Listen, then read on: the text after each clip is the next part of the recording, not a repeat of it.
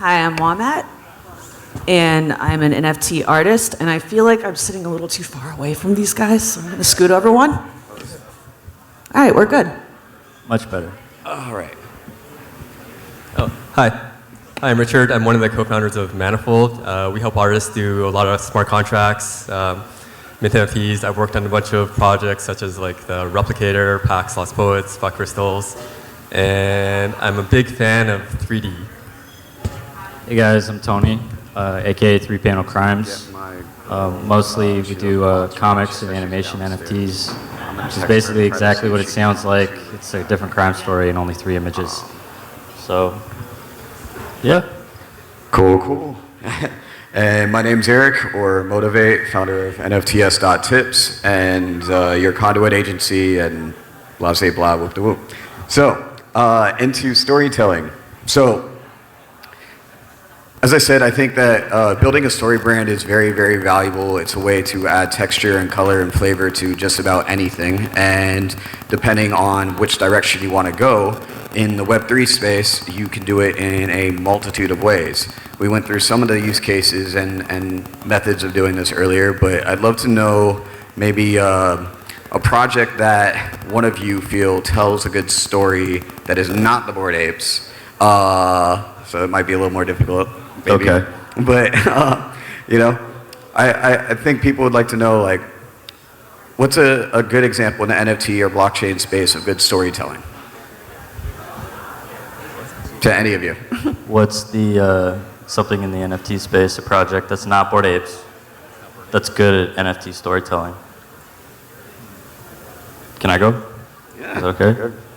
Is Threesomes here? That is a no. Hey, what's up, man? Threesomes does a project on Tezos where he's doing one-of-one paintings on old baseball cards, and he's created this entire universe and gamified NFT. He's got a Discord community called The Grotto, and I was hanging out with those guys last night, and it's awesome. Do you want to come up and talk, or are you sure? Okay. Master storyteller.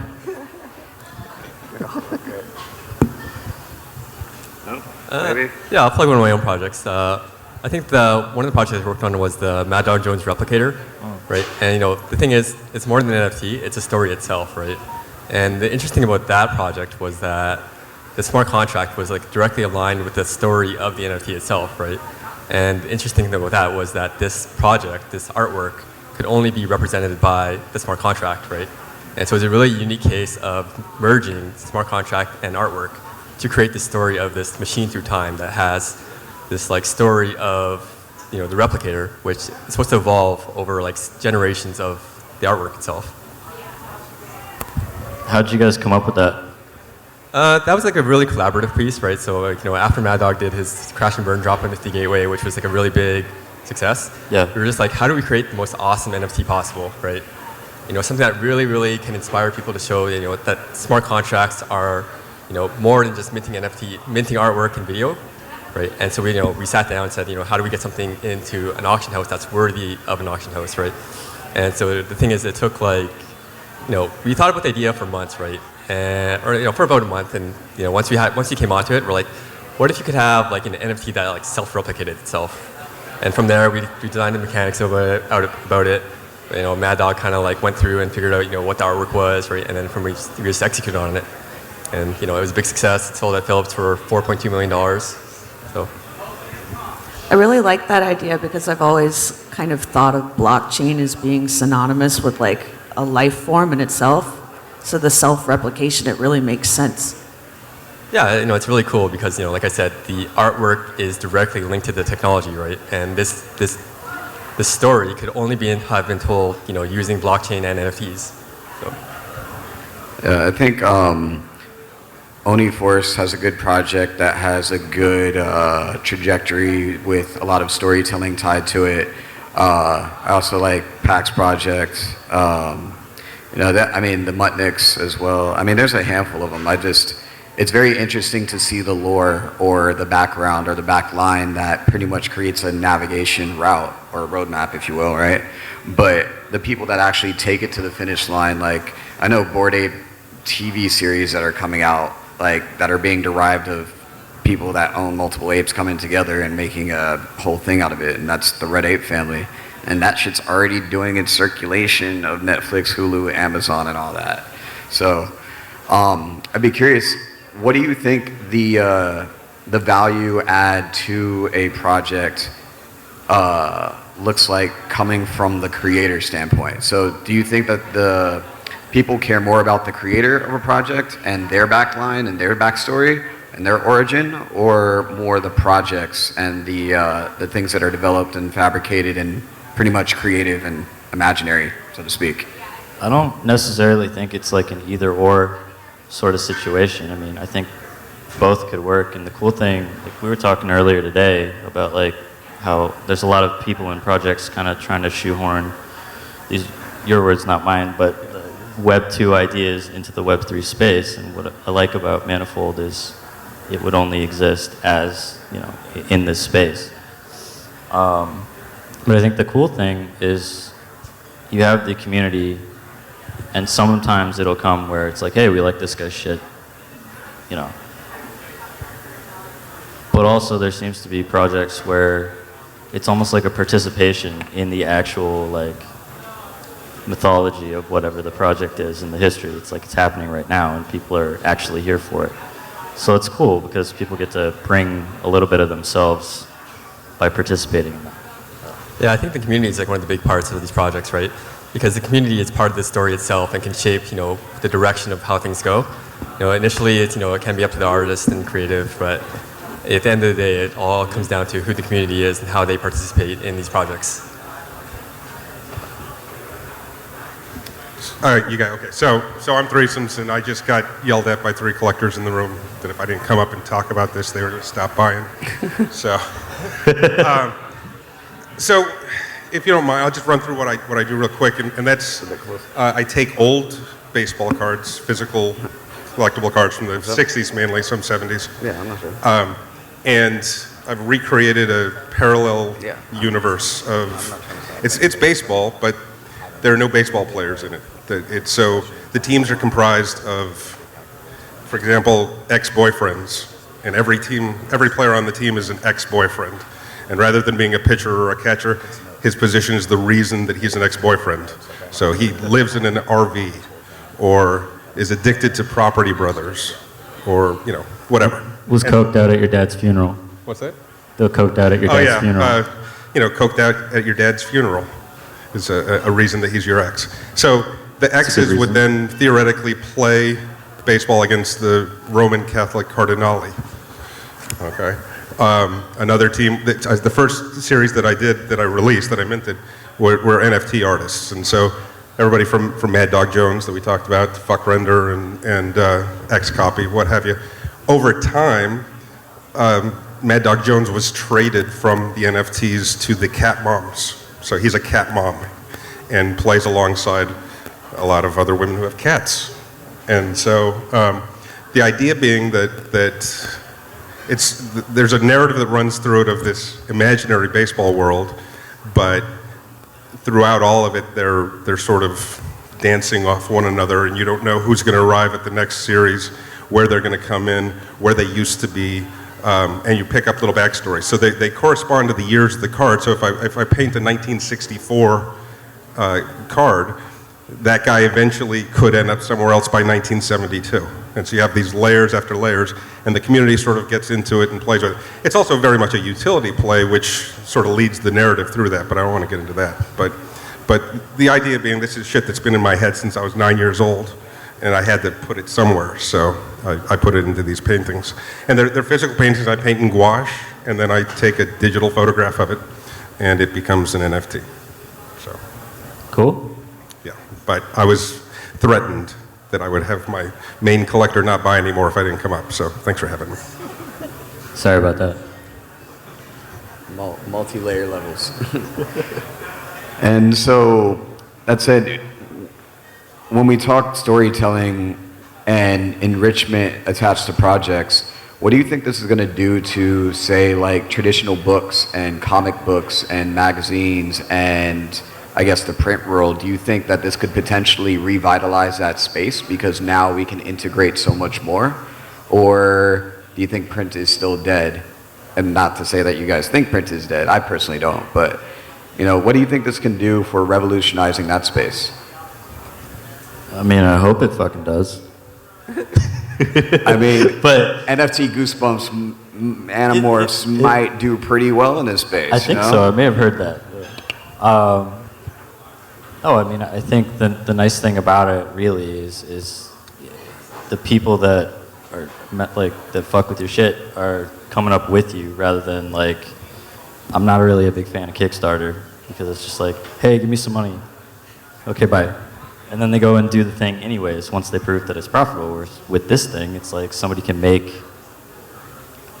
a project, not screw themselves by taking a bad deal with a publisher or whoever, interact directly with the community, figure out what's working. I mean, it takes all of the toll booth collectors out of the process. So then you can take that money that's frankly, I think, wasted and actually share it with the people that are supporting you and you're supporting them. I mean, another project that I really like is Creature World.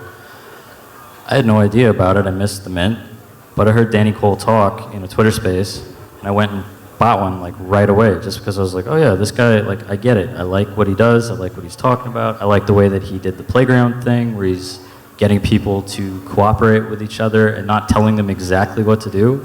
And that's the thing, it's like, it's participating in the story and the content itself, which is something I think that's so cool. The other thing I like about, in the sense of like, when I'm reading a book, people do still do that. What I see in my head is not necessarily the same thing that Threesomes or Richard or Waambat or Eric would see in their head. But now with this stuff, especially when like with VR, is like we can all see the same version of something and experience it exactly the same as how an artist intended it, which I think is actually pretty fucking cool. I would say that one of the factors that allows my project to exist is that digital aspect. Okay, rather than me painting one physical, okay, I've got 350 of these baseball cards painted, right? Theoretically, 350 people could have one, put it over their mantle or what have you, and that's the end of it. They don't live together, and so the project's dead. But the digital space allows people of 37 countries to have them and interact with them, and so the edition sizes play in, but rather than my one of one, as we call them, painting, just living and dying by itself without all of its friends around, the digital aspect of it allows these things to sort of interact, and then you can build the narrative around that interaction. And depending on if you're, Richard's style and the smart contract angle, you can really play that in where the life of that piece sort of goes and flows with the interaction with those other pieces, right? And so that's something that, I looked at a fucking garage full of baseball cards that I'd had since I was a kid, and it was like just taking up space and dust and moving index wives and all that stuff. And now I get to, create something that everybody plays with on their phones and moves around that couldn't exist in the physical space. So like, this is not a commentary on print media, but this whole space has given me hope for a revision in the popularity and the way that we look at musical video.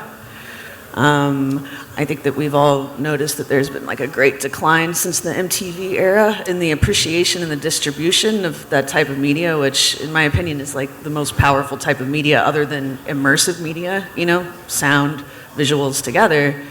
I think that this is gonna bring like a whole new way for people to see that. We all know that like unique experimental types of work tend to get demoted on YouTube algorithmically now because those tend to be, the videos that do best on YouTube are usually, if they're not like promoted with a corporate entity, it's like longer talking head type of videos. So experimental art will get more eyes on it finally, and I'm very excited about that. Yeah, no, I agree. I mean, I think that we're about to see like the rawest form of expression in the way that it's meant to be seen and heard and felt, and that energy and that emotion is going to be attached to all the different layers and textures that are attached to these projects. And unfortunately, like people, we have this hurry up and wait mentality, but we also have this like go, go, go, fast paced mindset. And with crypto being 24 hours, 7 days a week, and it never stopping and moving at the speed of light, between the transactional side of it, you have that problem of distribution somewhat fixed, and you just need to get the cost down, which then you can do bridges like Polygon and things of that nature.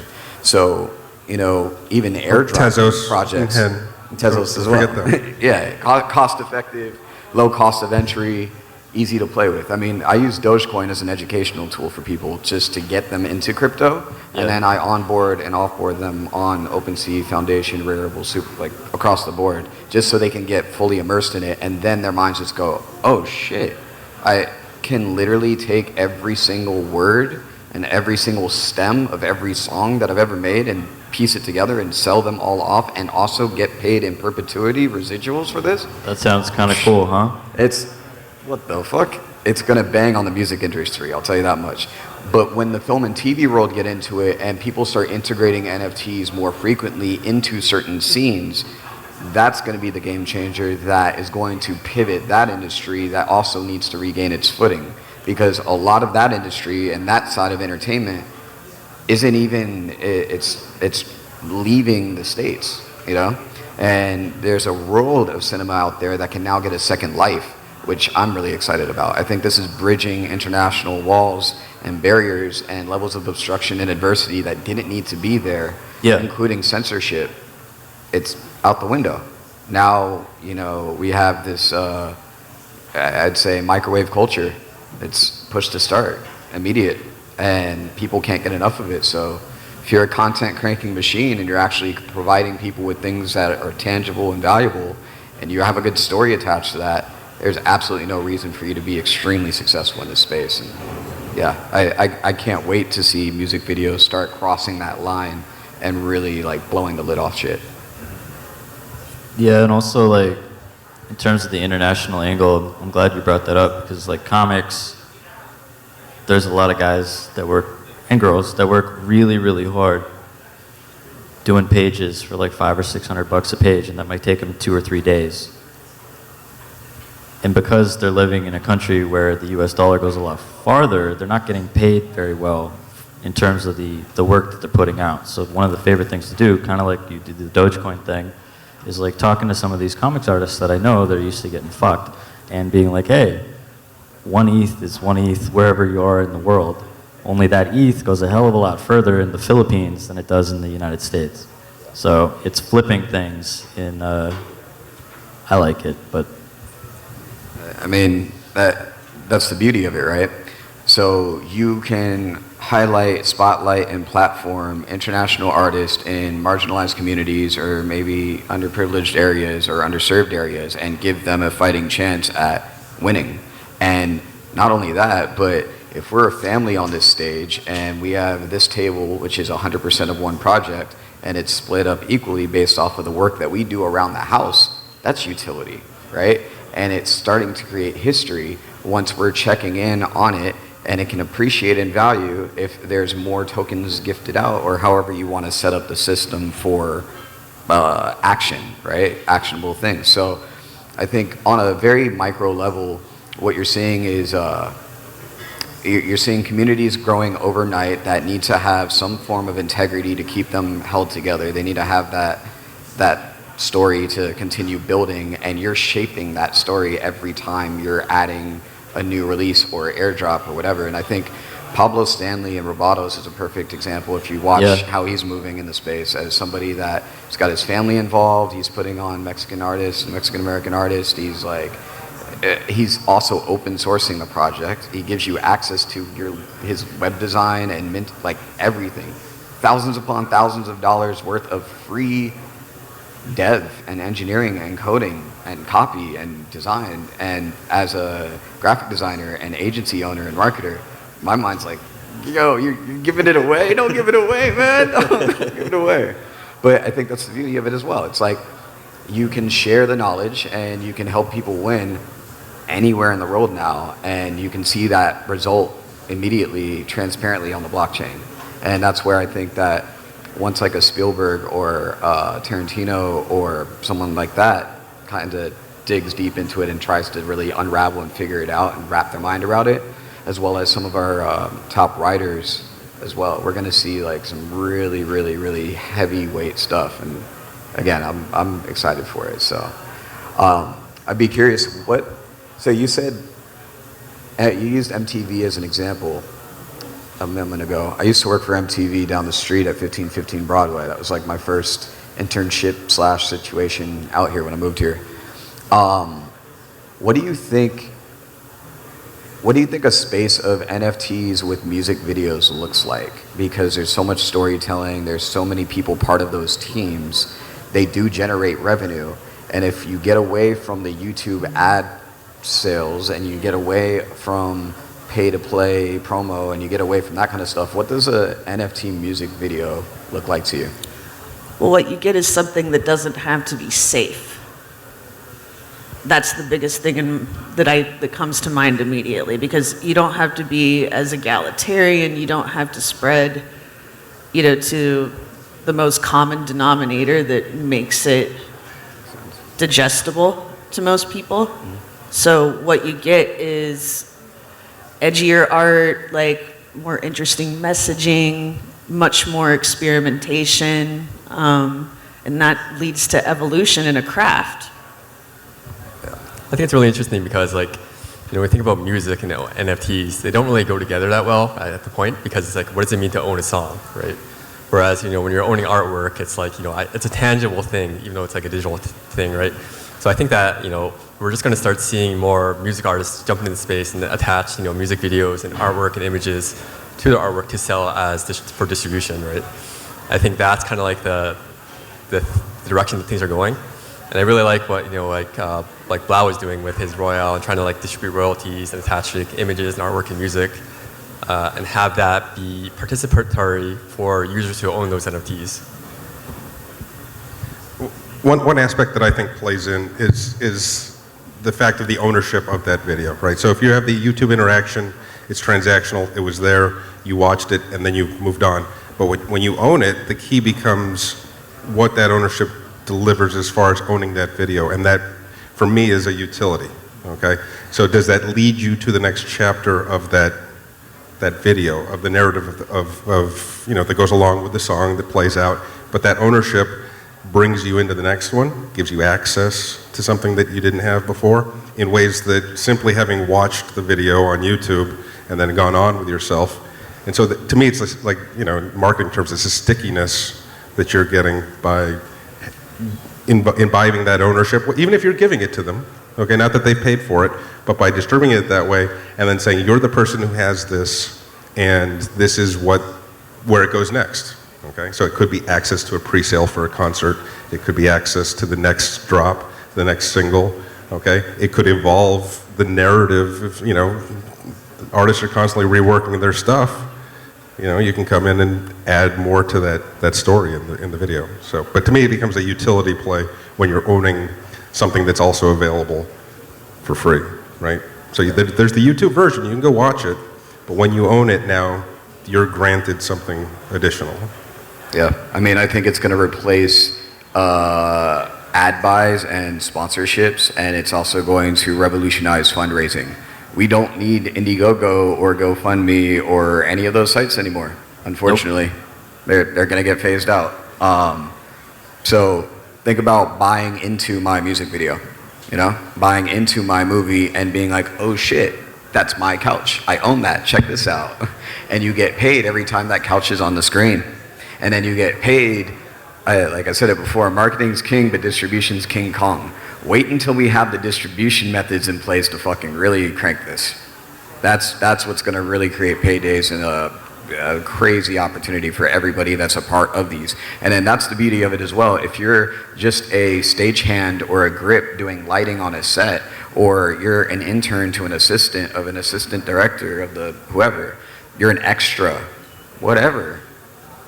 For IMDb and more, like you have this crazy, crazy opportunity to expand these spaces, and it's all around that utility and that usage. So it's just a matter of who's going to do it first and who's going to do it the best, and then how soon it gets adopted. So we have trick up my sleeve, and NFTs for all of you. We have 2 minutes left. I want to go one by one and just get one good piece of advice that you think would be of value to the audience here before we have to move to the next panel. So we can start down there, or we can start here. I'll kick it off. You guys can finish. Alrighty. For me, it really becomes the word utility, and the artists themselves aren't even afraid of that word. It's not an either-or situation. I think they go hand in hand when you're producing an NFT as an artist, is to think about why somebody, what they're getting out of it, what that utility is. I would suggest that people fail as quickly as possible. The only reason why I say that is because for me, that's what worked in terms of going out, making things really, really small with not a lot of resources, and then learning what doesn't work in order to find out what does. I think a lot of people, myself included, had a lot of trouble thinking of like, oh, well, how do I make this perfect or find the Goldilocks situation? And frankly, that never worked for me. I went to all sorts of things and talks, stuff like this, looking for someone to give me like, oh, what's the secret sauce? You know, like, how does this all work? What's the handshake? How do you get in the club? And the thing people would always say is, oh, just do the thing. It's very simple, so just go up and fuck things up. My advice is to just diamond hand all your NFTs. Especially the ones you own. I guess my advice would be, when creating content, just keep leaning into the strange directions that you want to go with it. Like, I brought it up a few times already. You can tell that I'm really into experimentation, and I think that this space is absolutely perfect for that. So you don't need to be mainstream to hit on something really profound. And I will say, once again, don't sweat the petty stuff and don't pet the sweaty stuff. No, I'm just... I like that. No, it's genius. No, I would say it's never too late to reinvent yourself. Kind of like what you just touched on. I think that people put a lot of unnecessary pressure on themselves in this space, and it becomes very, very difficult to actually produce things the way that you want when you have that pressure and urgency put on you. And it's very demeaning and bad on your mental health and your personal stress and physical health. So just be mindful, take your time, don't rush, be patient, understanding, and understand that progress is a process.